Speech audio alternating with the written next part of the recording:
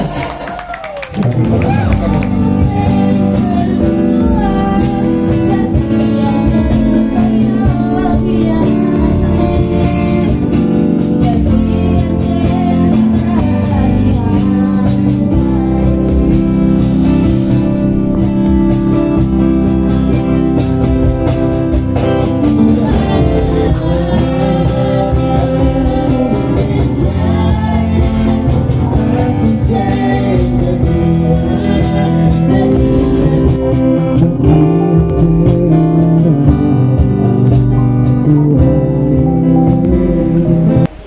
Assalamualaikum warahmatullahi wabarakatuh.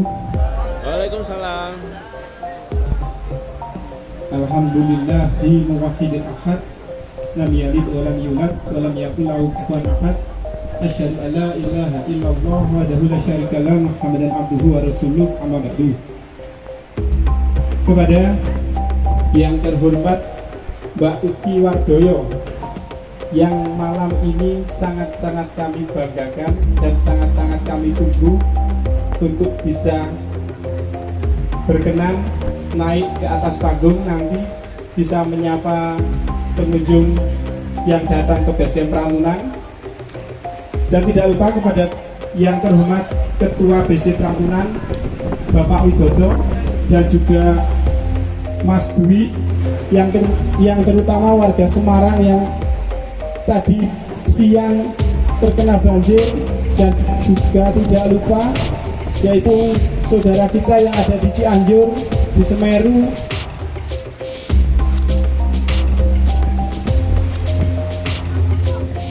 Selesai.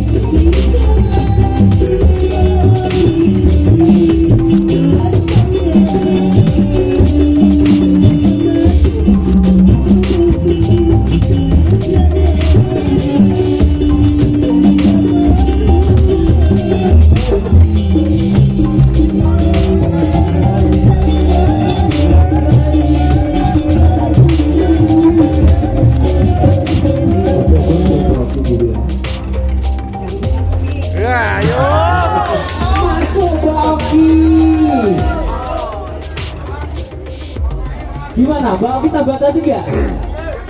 Mbak Oki ini penggemar Mbak Oki semuanya dari tadi sudah menunggu, ya. Mbak Oki saya mau tanya, peraturan tuh artinya tuh apa dong?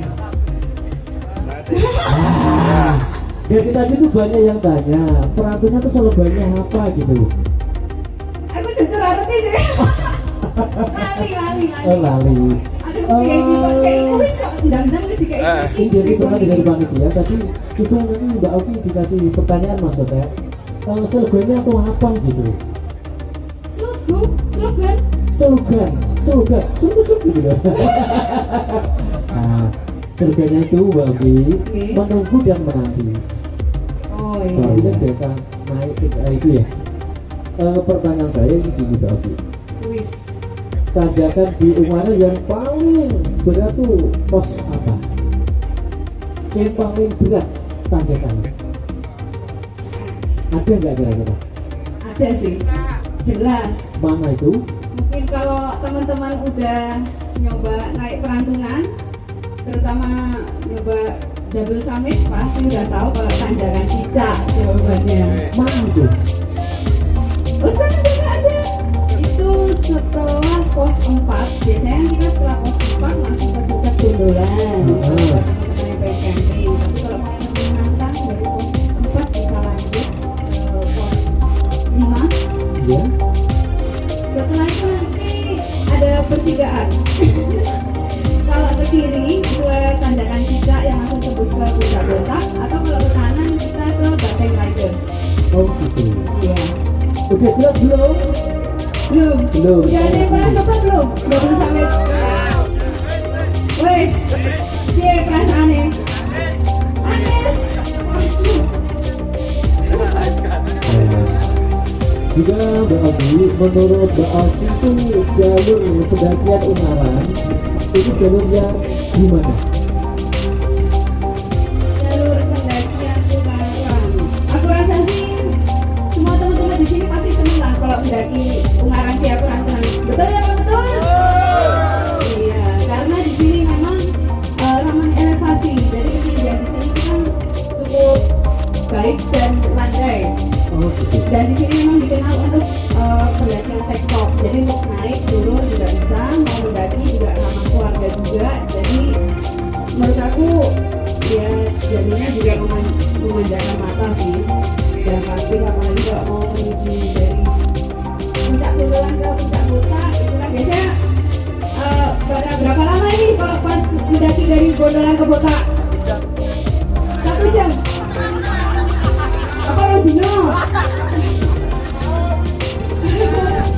Ya, jadi biasanya kalau misalnya dari puncak Gundulan ke puncak Botak itu kan sebenarnya dekat. Cuman karena memang jalurnya bagus banget, jadi biasanya pada cukup berlama-lama di situ sih. Buat nonton juga mantap.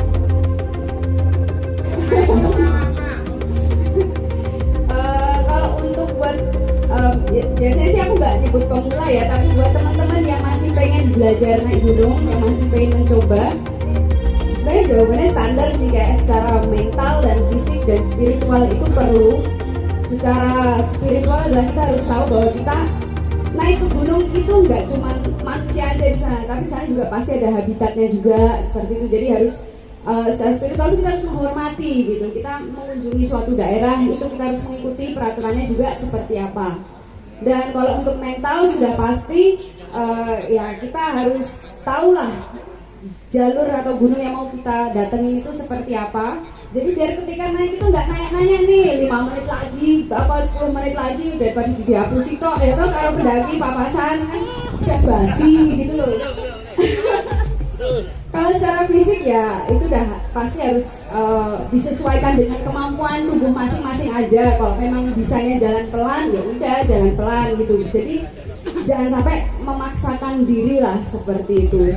Dan yang terpenting itu sebenarnya riset juga. Jadi setiap kita mengunjungi suatu destinasi, kita harus tahu nih lokasinya seperti apa, jaraknya seberapa. Jadi nggak terus tiba-tiba zong gitu di jalur. Biasanya kayak gitu sih.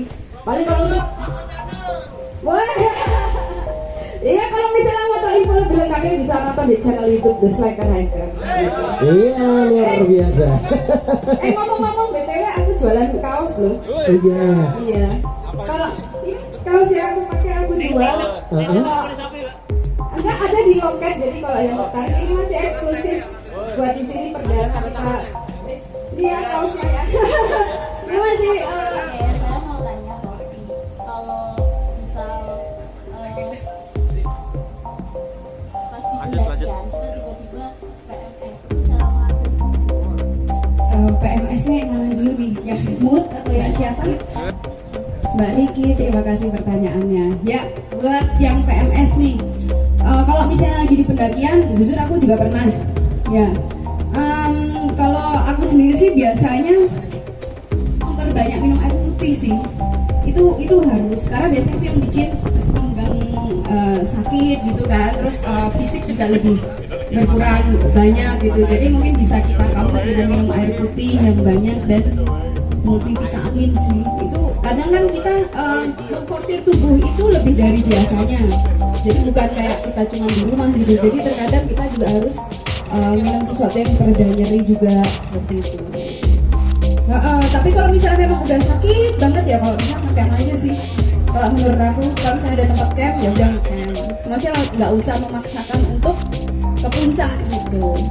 Yang ingin saya tanyakan, pengalaman pertama Mbak Uki suka naik gunung, pengalamannya itu yang pertama langsung naik gunung atau camp dulu, dan kemudian bersama siapa Mbak Uki pertama kali Mbak Uki melakukan camp atau pendakian gunung, sama siapa? Terima kasih Mas Sofi pertanyaannya. Tapi nek jelasin kita mau bahas sih. Ya secara garis besar ya. Siap tak dong ini? Siap. Cepet turun dulu ya. Iya, jadi kalau untuk pertama kali sih sebenarnya itu waktu pas KKN ya. saya juga saya tahu lah tahun berapa pokoknya zaman biar lah. Waktu itu aku KKN di lereng Gunung Lawu.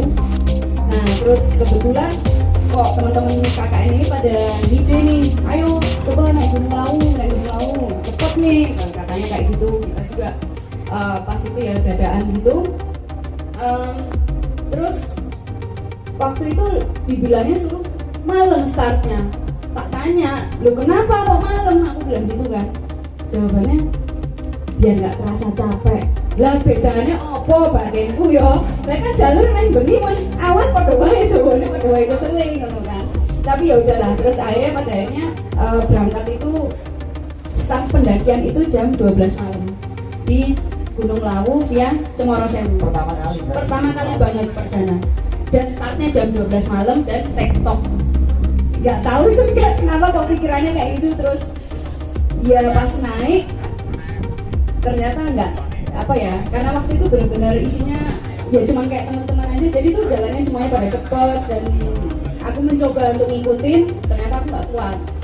Jadi sampai di sekitar pos 5 aku sempat muntah. Nah disitu terus aku sampai 9 derajat aku berhenti dan aku kayak udah gitu, aku nggak lanjut summit. Tapi kan itu posisi terus udah pagi. Nah udah pagi, kemudian ketika turun baru nih kelihatan. Kalau dari Lawu kan kita bisa lihat di gunung lain tuh, Gunung Merapi, Gunung Babu dan lain-lain. Tapi kan aku waktu itu masih benar-benar nggak tahu. Jadi aku cuma kayak nanya-nanya aja gitu kan ke teman gitu atau pendaki itu ke gunung apa. Nah dari situ pas aku tahu ternyata gunung ini dari jauh bentuknya seperti ini, Gunung Merapi seperti ini, Gunung Babu seperti ini gitu kan. Dari situ terus aku selanjutnya mencoba, tapi dari yang pertama itu aku kapok, gak jelas. Jadi kayak aku setahun gak mencoba gitu, gak mencoba lagi. Tapi pada akhirnya aku coba untuk yang kedua kalinya itu pindah gunung itu ke Merapi. Dari Merapi itu baru benar-benar pertama kali aku bisa lihat perbandingan gede banget. Waktu itu kan Merapi via New Selo ya. Nah dari situ waktu pas di Merapi aku lihat bergabung. Oh itu bentuknya kayak gitu ya. Nyebrang gitu, maksudnya selang seminggu kemudian aku berbagi. Jadi aku kita lihat gunung lain lagi, apa ini ya gitu. Jadi coba terus, karena kalau menurut aku mungkin kalau di Jawa Tengah tuh istimewanya adalah gunung-gunungnya kelihatan. Kita kayak ngeliat tuh jaraknya dekat gitu. Jadi dari situ penasaran sampai akhirnya beberapa tahun kemudian sempet ada kayak gimana ya. Jadi dulu itu kalau naik gunung itu nggak ada yang nggak sempet sampai kayak bener-bener nggak ada foto, nggak ada. Jadi bener-bener memang naik gunung itu karakternya naik gunung. Kalau mungkin kalau sekarang kan kita harus ada reels, harus ada apa, pokoknya harus ada komunikasi. Tapi aku dulu sudah ada di tahap gimana kalau naik gunung nggak akan update dan segala macam gitu. Sempat ada di kayak gini juga, cuman pada akhirnya saya mencoba hal baru dengan bikin channel gitu. Dan di situ memang sebenarnya awal mulanya karena pengen naik suatu jalur. Di jalurnya itu kita nggak punya nggak gambaran. Waktu itu Merbabu via Swanting pengen coba di tahun berapa ya? 2016 pengen naik Merbabu via Swanting. Ternyata waktu pas coba riset cari di di YouTube, di Google gitu masih dikit yang mengulas. Makanya dari situ akhirnya wah gimana nih kok misalnya kita mencoba sesuatu yang baru yang bisa membantu teman-teman pendaki yang lain.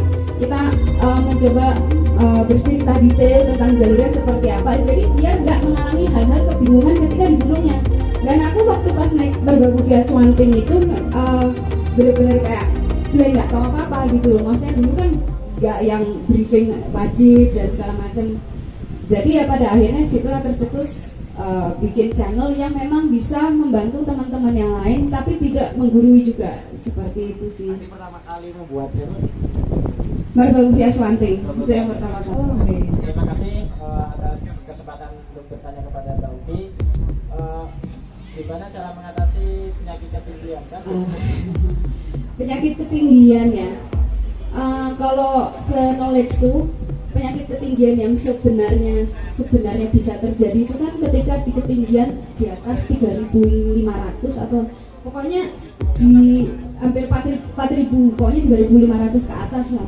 Itu baru yang penyakit ketinggian yang sebenarnya gitu. Mungkin sebenarnya kalau misalnya kayak mendaki masih di bawah 2.000 atau masih 2.000 di 3.000 itu bukan yang penyakit ketinggian sih, tapi memang mungkin memang lagi drop gitu kan, atau memang mungkin latihan fisik udah ya, cuman kan latihan fisiknya apa dulu nih? Terus penyakit ketinggiannya adalah pusing. Iya. Pusing itu sebenarnya juga bisa terjadi karena kurang gula juga, kurang makan. Jadi kita nggak bisa gimana ya, agak sulit sih kalau kita mau menyebut itu adalah penyakit ketinggian. Biasanya itu kadang yang sering terjadi itu hipoksia kan, kadang kayak mungkin kita nafasnya terlalu tersengal-sengal, atau mungkin karena mungkin waktu pas naik merokok gitu misalnya, itu kan sebenarnya bikin kayak kita menghirup udara oksigennya berkurang gitu loh, kapasitasnya gitu. Makanya sebenarnya kalau misalnya untuk mengatasi hal seperti itu ya kita nggak boleh over capek, nggak boleh memaksakan berjalan yang kayak buru-buru, atau mungkin memang bawa barangnya terlalu berat gitu. Memang harus tahu kondisi tubuh kita itu seperti apa. Iya, kita tuh kan sebenarnya yang tahu tubuh kita kan cuma kita sendiri, bukan orang lain gitu loh. Nah, jadi kalau misalnya memang ngerasa pusing ya caranya cuma istirahat, terus konsumsi sesuatu yang hangat dan ada gulanya. Atau mungkin kalau misalnya kedinginan, itu memang kita harus tahu sistem pakaian seperti apa, sistem layering gitu kan, double-doublenya seperti apa. Kita harus pakai base layer, terus kita harus pakai jaket penghangat, kemudian kita juga harus cover dengan jaket waterproof atau windproof. Sebenarnya itu lebih ke arah persiapan sih gitu. Ya, tahu ide Pak. Dari Meranggen ya? Ya, dari Meranggen nanti.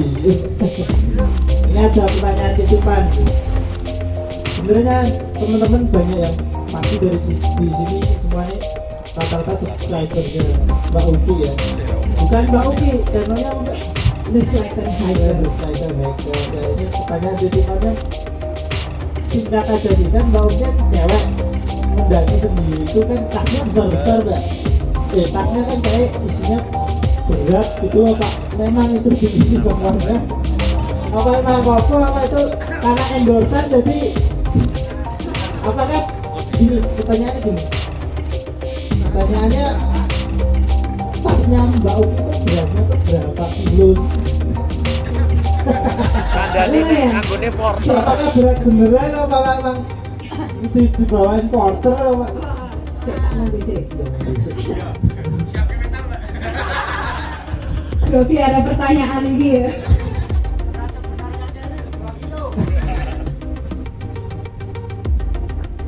Iya Mas, terima kasih pertanyaan titipannya Mas. Kalau untuk berat sendiri, jujur sih aku nggak pernah nimbang ya, nggak pernah sama sekali nimbang. Jadi yang jelas kalau untuk setiap naik gunung aku pasti membawa perlengkapanku sendiri. Itu yang utama. Jadi sebisa mungkin memang ketika mendaki gunung tidak merepotkan teman-teman, nggak merepotkan tim. Dan kalau untuk air, aku pasti bawa untuk aku sendiri, tapi aku juga bawa buat tim juga. Jadi masing-masing tim pun bawa air, nggak yang terus semua kita ini. Jadi sebenarnya gimana ya? Memang banyak yang suka bertanya seperti itu.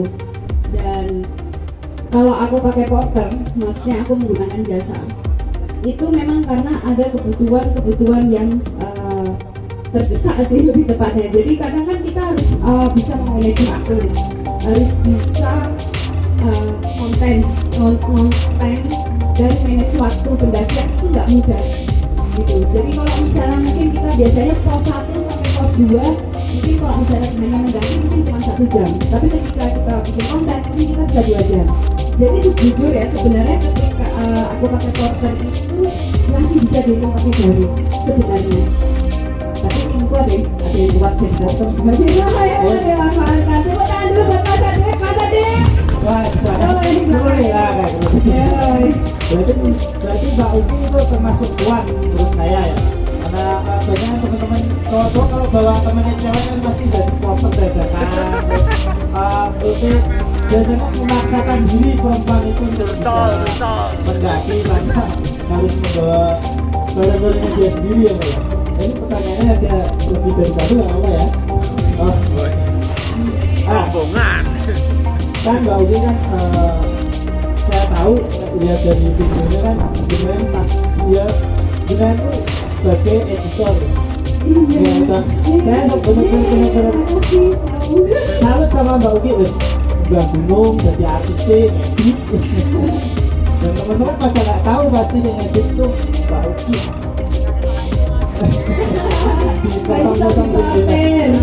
Menurut Mbak Uki itu gimana setiap fondasi itu dengan mengkategorikan sebuah pedagang itu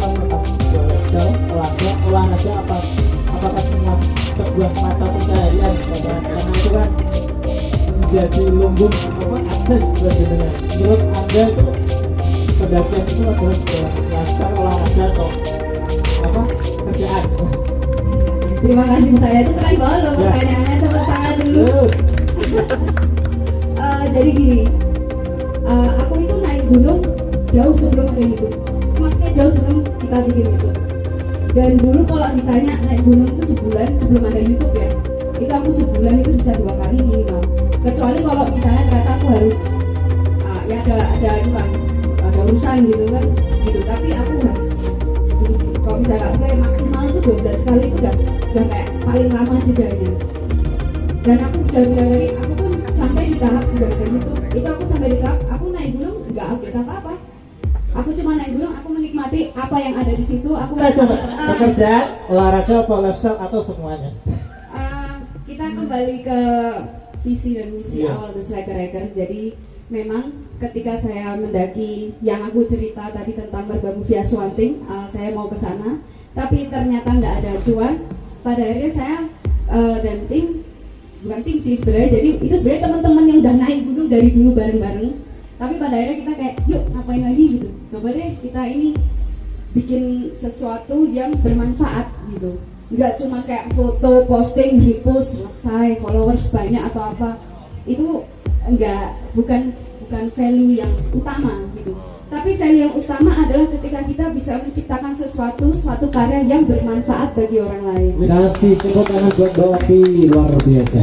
Jadi kalau mau dibilang masalah mata pencaharian, dulu channelku nggak ada yang nonton kok, channel kita nggak ada yang nonton, nggak ada yang nonton 3 bulan pertama itu cuma dapat 100 views, yang subscribe cuma 17. Tapi gimana Mas, udah jelas? Iya, mengingat waktu ya. Oke, makasih banyak. Oke, sebenarnya masih aku tuh banyak main ke sini tuh kayak sebulan sekali, 2 bulan sekali kayak gitu. Jadi sebenarnya sih aku sering juga TikTok, tapi beberapa kali pun aku nggak aku ini ya post gitu, karena ya aku lebih suka memang kayak menikmati di sini. Dan ya jalur Perambanan tuh nagih sih, jadi ya kayaknya kalau sekali kesini nggak cukup gitu, karena memang view-nya bagus, jalurnya ramah, landai, camping ground-nya luas, fasilitas di base camp itu juga yang di sini terbaik sih. Tepuk tangan dulu buat Ungaran siap Perambanan. Terima kasih buat Mbak Oki atas penjelasan buat teman-teman semuanya ya. Dan nanti yang kurang jelas, kurang apa, nanti bisa langsung menghubungi Mbak Oki ya. Nah, kita bisa Iya. Makasih buat promotor dari Mbak Oki ya. Terima kasih. Juga terima kasih buat pengunjung di Basecamp Perantauan. Terima kasih. Di tahun 2022 adalah adanya lagu Mangkupuro. Itu yang masuk. Bagiku yang masuk saja. Tahun ini ya. Mangkupuro. Deme buku. Wah. Nah, ini ya. Mangkupuro ning karaoke ya. Deme buku langsung munggah ning Semeru. Iki liriknya nggak masuk akal ya, karena nggak semua pura gunungnya Semeru. Anakku melu minggu ya Allah. Ini bener mau kerja ini tidak lulus infeksi ya nak dulu. Tadi mau naik nggak racing gitu kan. Anakku ya. Saya tuh dulu nggak bisa aku tuh gara-gara dinilai sama ibu saya. Ibu saya tuh suka nonton stand up dan ibu saya pengen. Itu semakin membuatku